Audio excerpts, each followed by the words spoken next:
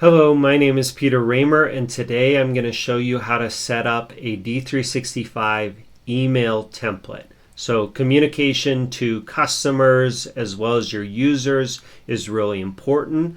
You can do that manually by sending out an email, but it takes a lot longer. It's nice when you can have a set template, such as when certain events happen, like an order being placed or shipped out, or an order needs to be picked up.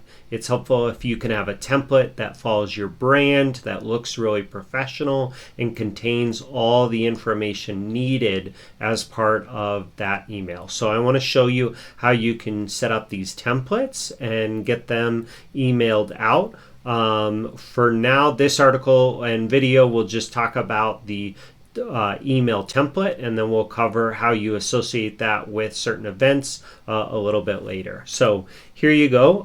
If you navigate to organization email templates, underneath the menu path Organization Administration Setup, you'll see this form right here. Now, I do think there's a current bug in the system. I could be wrong. Maybe this is intentional, but normally you would see a grid on the left-hand side where you can select each one of your email templates, but I believe that's hidden right now. So you're only seeing this particular one. Whatever's the topmost selected one is going to show up here, and so we'll come back to that. But the trick, if you need to be able to see the other ones, which you probably do, you can actually navigate to Commerce Email Notification Profiles, and under this one, under Retail and Commerce Headquarters Setup, Commerce Email Notification Profiles, this will show you all the different profiles.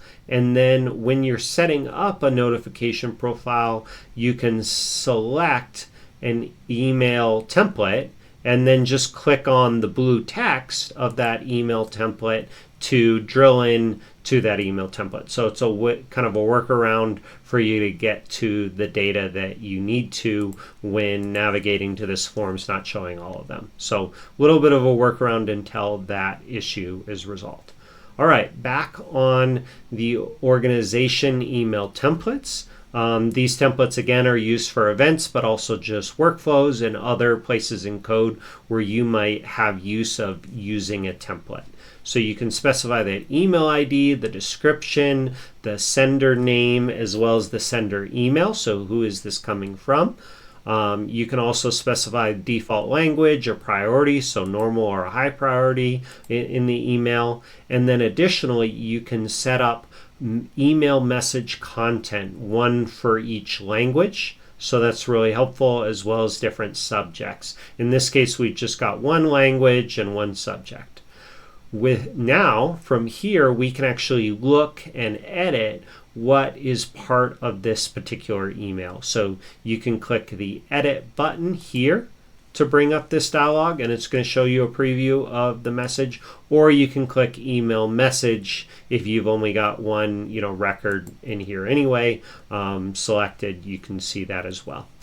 Here it's going to show us the HTML body of this email message, and so it's pretty useful. Unfortunately, there's not a direct way for us to also edit this HTML text. So it's necessary for you to save off the HTML that you use to build this email, save it off, and then when you need to make changes, you edit that file, which should be a .html file. Then you come back and you click Browse, you select that file again and re-upload it, and it's going to re-upload over top of this particular one. To get you started, I have included like an example in the article. You can find other ones. The important thing is that this is really just of HTML format, so it's got an HTML tag as well as a body tag in it. So that's useful. You can also query the SQL database if you're in a dev environment to see all the existing ones and get this back out if needed. That's just in sys email messages. And so let's see here.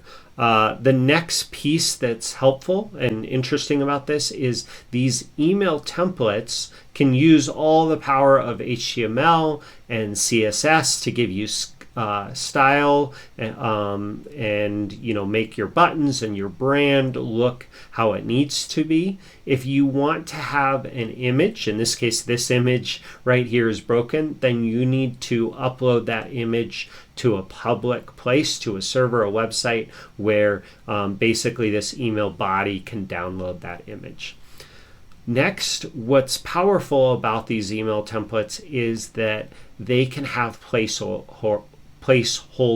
So here you can see % sales ID %. What's going to happen is the system actually understands that % sales ID % will instruct it to go to the sales order and take that sales ID that's on the sales order and replace this placeholder in the HTML with the actual value for the order that you're processing. Same thing with customer name, customer address, mode of delivery. There's quite a few different placeholders that you get out of the box, and I'll show you kind of where you can see some of those already in the Microsoft documentation. But essentially, you can work with a web developer to create an HTML file with these various placeholders and then upload that here, click OK, and then you've got your email template.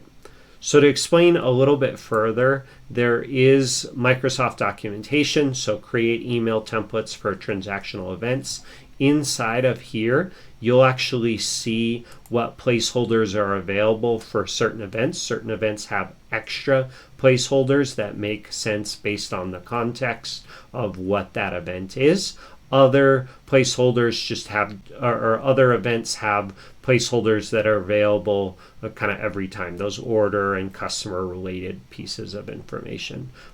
So look through here. You can also work with the developer to get that kind of full list of the various placeholders that you can create.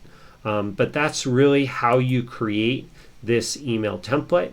From there, you can associate it to events and have that email sent out. So one other piece of information, this is an HTML tutorial, and this shows you on W3 Schools lots of examples of how you can create HTML. You can even try it out on the site and use this as a tool to quickly edit and get the HTML the way you need to, then copy this, save this to an HTML file, and upload it. So this can be a helpful tool as well. Okay, so I'll stop here. This is how you set up those email templates, and we'll cover how you can use these D365 email templates in events as well as sending those out through code in another video. Okay, thank you so much for watching. I really appreciate you watching. If you liked the video, click the like button. I also invite you to push the subscribe button as well. If there's other topics you would like to see a video on, please post in the comments and I'll see what I can do. I hope you learned something new today. Thank you.